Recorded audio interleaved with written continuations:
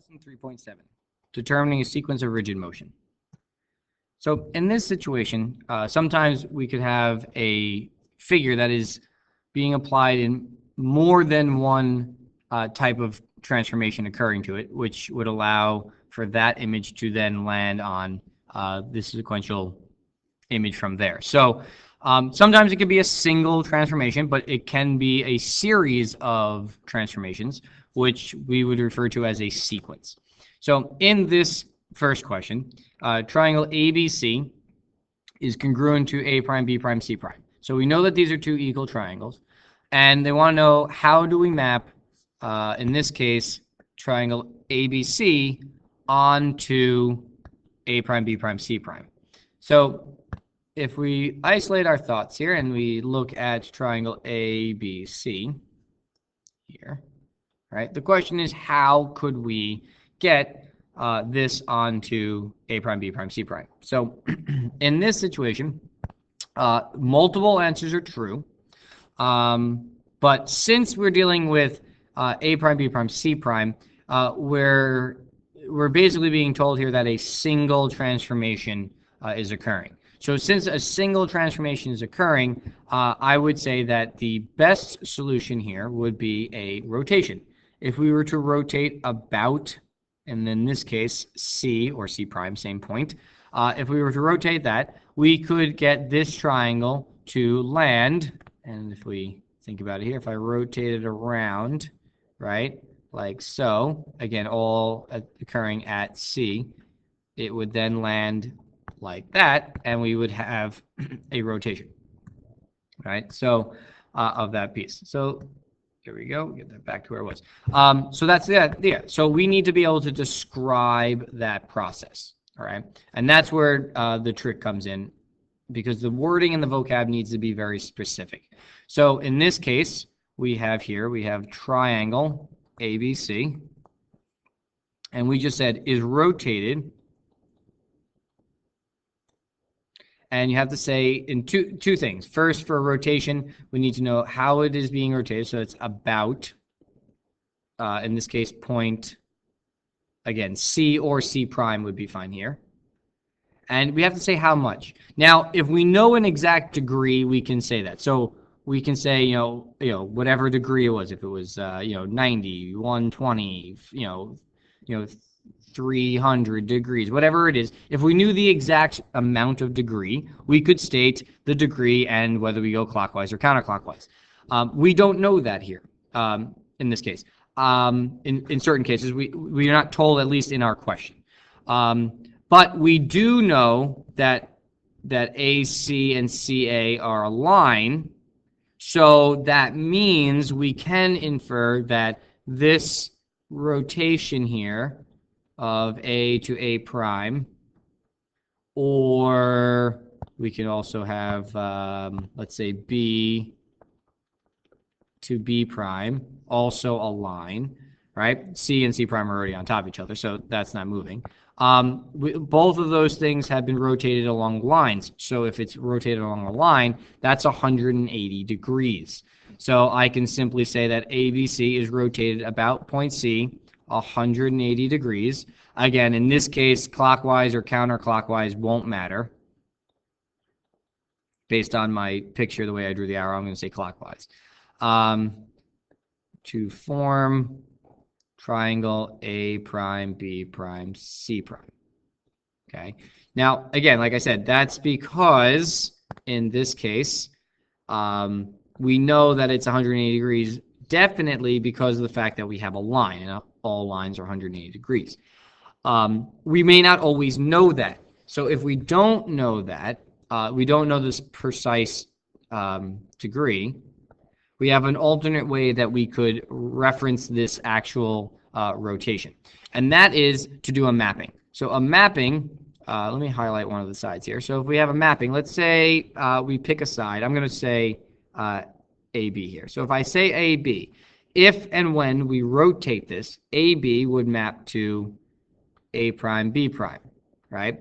So I can say in my description here that I'm going to rotate this about C, just like we started, but I'm going to do so until AB lands on A prime, B prime. Because if this lands on A prime, B prime, then all the other sides would line up accordingly. So we can do that, and we call that a mapping. So if we were writing this out, it would look and kind of start off exactly the same here. So triangle ABC is rotated about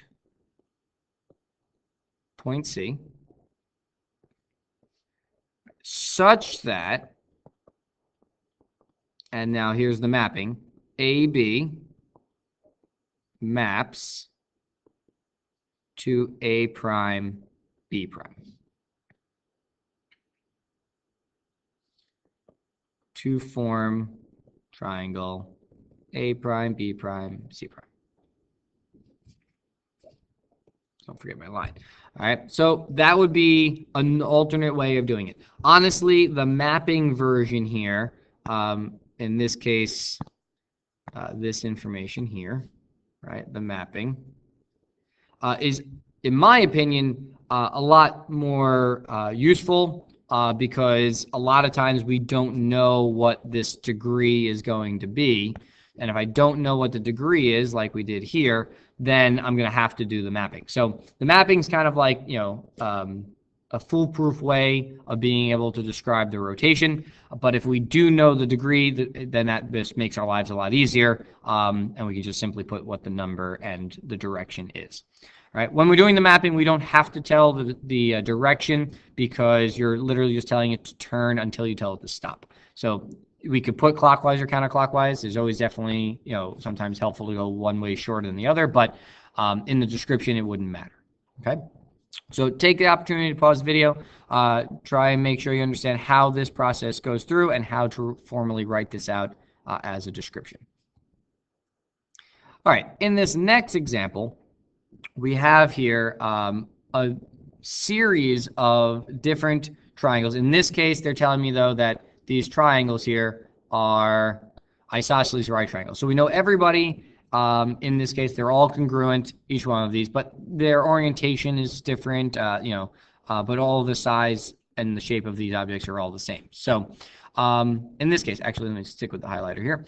We're going to try and figure out, in this first one, we're going to say, where does ABC map to CGF? So let's start with our first one here, ADC. That's that triangle there. And our goal here is to get it to land on CGF. CGF. That's this one here. All right. So in this case, I have no primes here. So I am not limited to how many transformations or how many events I need to do. It's open-ended. So there are lots of different possible answers specifically for this question. Honestly, the best thing to do is to try and get there in the shortest amount of time and the shortest amount of transformations, just because that's going to make your life easier. But there's nothing wrong with doing multiple steps here. So in this case, if I was to take this triangle, I could simply just slide, aka a translation, down, and eventually, if at one point I can get one triangle to land right on the other triangle, CGF, like we want. So if that's true, that means that a single event here, such as a translation, would allow this to occur. So we can say that triangle ADC is translated by a vector, and we need to know what that vector is. So the vector is, again, the ray that maps one point to another. So in this case, I'm going to say, let's see here, make it a little thicker.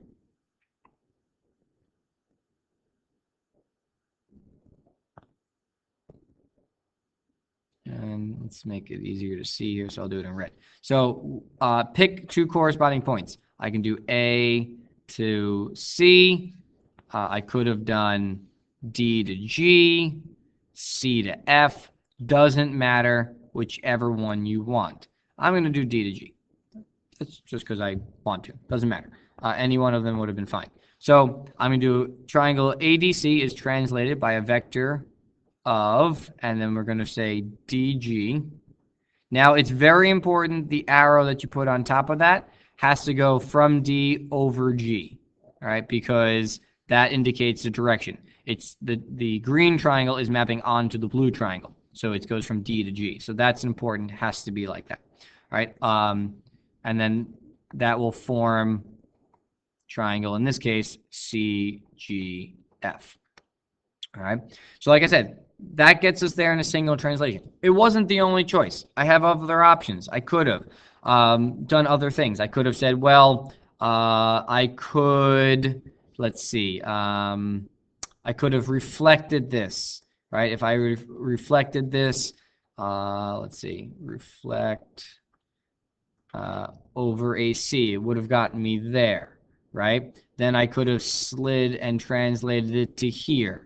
And then I could have rotated around F, and it would have looked like that. That would also get me there.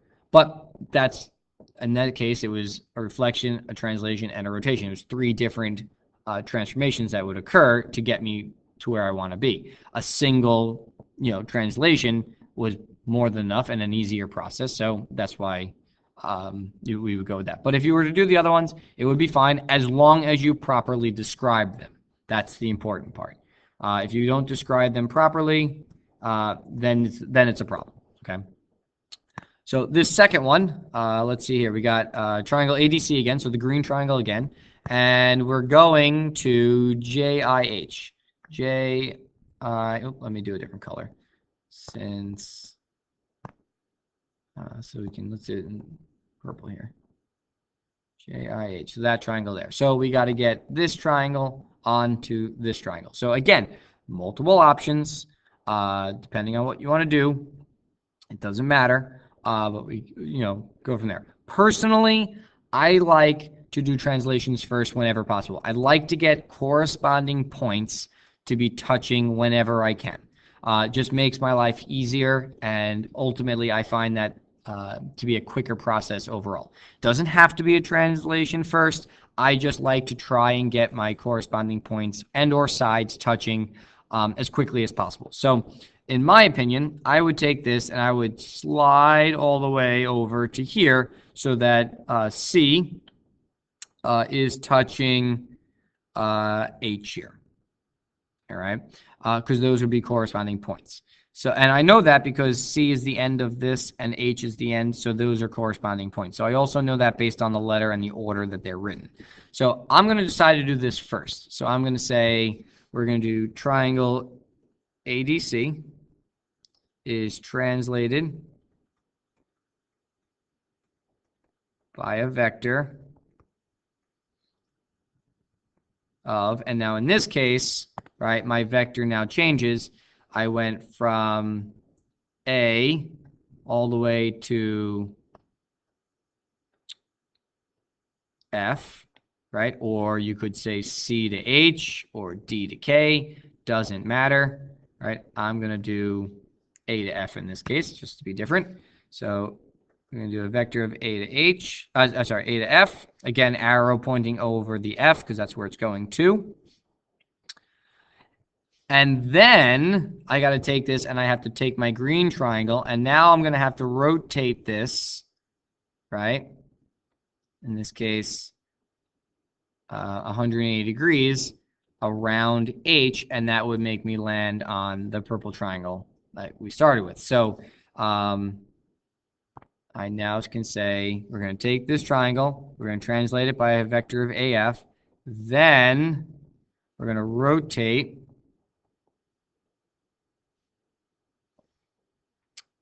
about, and in this case it was point H. Now again, I can say 180 degrees because I know that for a fact because we have a line there. But again, if you don't know that, I'm going to say such that, and then pick two sides. So we had originally the triangle was here before we did the rotation. That's where it was. So that would be triangle FH. Okay. So I'm going to say such that, let's say pick a side. I'm going to say FH maps to that would map to JH over here.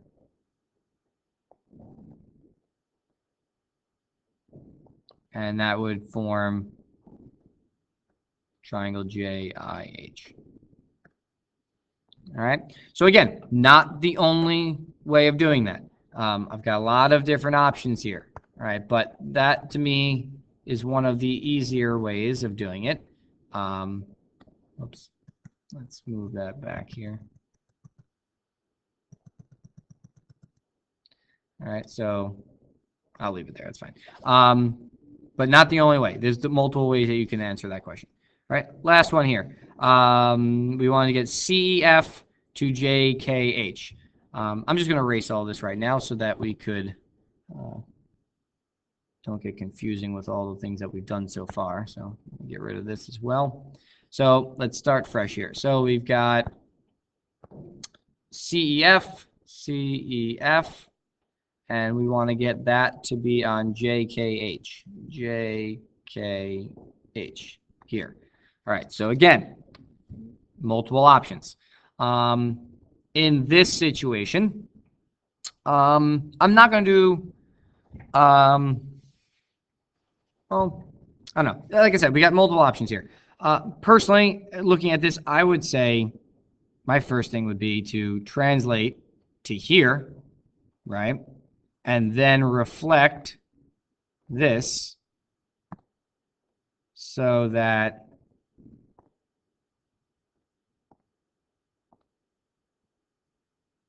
it would look like that. So that would be me. I would do a translation and a reflection, but perhaps you didn't see that one. You know, maybe that's not the best process for you. It's okay. It doesn't have to be. Maybe you thought, let's rotate first, right? 180 degrees around F. That would put me there. Then translate. That would be fine. So let's do that one. Let's go with that thought process. So in this case, we're going to start off with triangle CEF. We're going to rotate about F such that, and again, pick corresponding sides. So I'm going to say this side here, when I rotate it around, it's going to map to that side down here. So I'm going to such that that was EF maps to FG.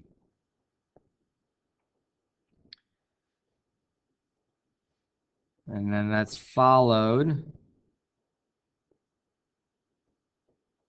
by a translation, right? That brought me to here, right? And then we have a translation, and again, doesn't matter which point, F to H, H to J, G to K, whichever one you want. Let's do this one here. So I'm going to say followed by a translation